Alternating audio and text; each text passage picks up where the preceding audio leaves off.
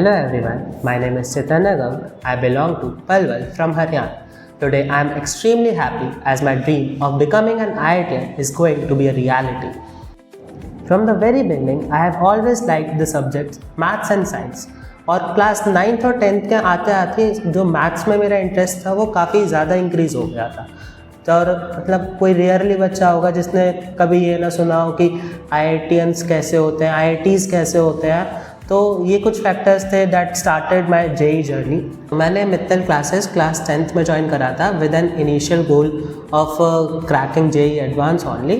पर 11th की starting में और 10th की स्टार्टिंग में भी मतलब आई वॉज जस्ट स्टडिंग कि 12th में आते आते जब मेरी परफॉर्मेंस एकदम से इम्प्रूव हुई और मैंने टीचर से भी अपने पूछा, उन्होंने बोला कि सही पाथ पे जा रहा है ये सब चीज़ें, तो मुझे लगा कि हाँ I can get a good rank in JEE. Mittal classes join करने का जो मेरा मेन रीज़न था वो था कि it is the most renowned institution near by me, और स्पेशली जो सभी टीचर्स भी हैं यहाँ पे, जो भी फैकल्टी मेम्बर्स हैं वो सभी खुद भी IITians हैं। तो मैंने तब अपने पेरेंट्स के साथ डिस्कशन करा कि कौन सा कोचिंग ज्वाइन करना चाहिए, तो उन्होंने भी यही सजेस्ट करा कि Mittal classes will be the best, and that decision was really good for me and it work for me.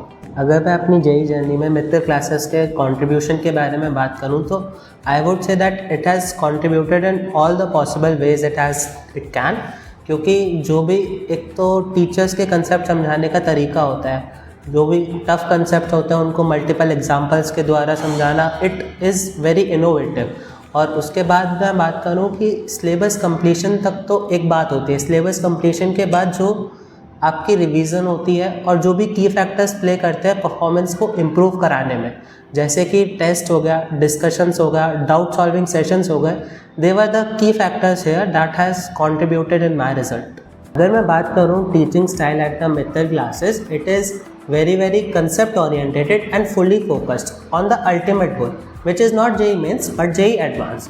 अगर मैं टीचर्स के पढ़ाने के तरीके का भी बात करूं तो they start from the very beginning and go to the advanced level with ample amount of examples that clarify each and every aspect, and moreover the teachers here are also motivating and inspiring also। थोड़ा बहुत pressure मैं कहूँगा कि हर एक aspirant के लिए necessary होता है अपनी परफॉर्मेंस को इंक्रीज़ करने के लिए, क्योंकि अगर बिल्कुल भी हम प्रेशर अपने ऊपर नहीं लेंगे तो शॉर्ट टर्म में भले ना ही सही, लॉन्ग रन में हमेशा हमारी परफॉर्मेंस में डिटोरिएशन आएगी ही आएगी। यहाँ पे मैं कहूँ मित्तल क्लासेस को एक एज मिलता है क्योंकि they know the right balance between pressure and support, बच्चे की परफॉर्मेंस हमेशा इंक्रीज़ होती है। कोई भी जेई एस्पिरेंट्स मेरा ये वीडियो देख रहे हैं, मैं उनको बस यही एक मैसेज देना चाहूँगा कि बिल्कुल जी तोड़ मेहनत करनी है, don't leave any stone unturned.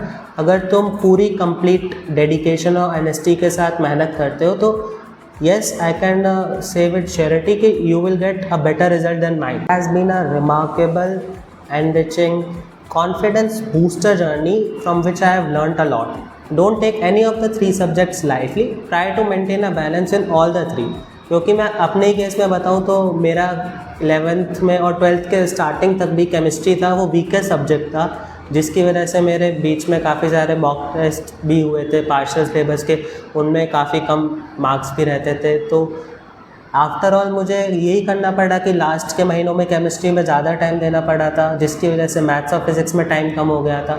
तो हाँ, वो टाइम तुम्हें देना ही पड़ेगा कि बेटर है कि स्टार्टिंग से ही तीनों को मेंटेन करके चलो। पर्टिकुलर इंसिडेंट के बारे में बात करूँ तो I would say the last year results that came out from here कि लास्ट ईयर हिमांशु गर्ग, जिनकी काफ़ी अच्छी ऑल इंडिया रैंक आई थी, उनके रिज़ल्ट का जो सेलिब्रेशन हुआ था उसका एक काफ़ी ज़्यादा इफ़ेक्ट आया था मेरे ऊपर। तो मैंने भी सोचा था कि हाँ, ऐसा कुछ सेलिब्रेशन मेरे लिए भी होना चाहिए। That was the effect.